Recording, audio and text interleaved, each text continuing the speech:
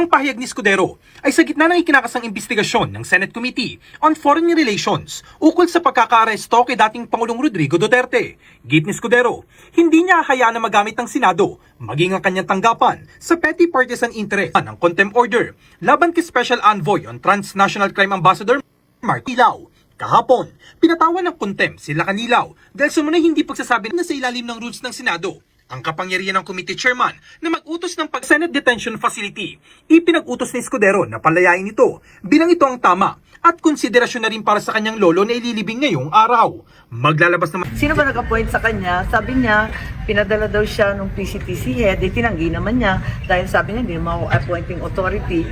Saan siya sumulpot? So, Sir Senator.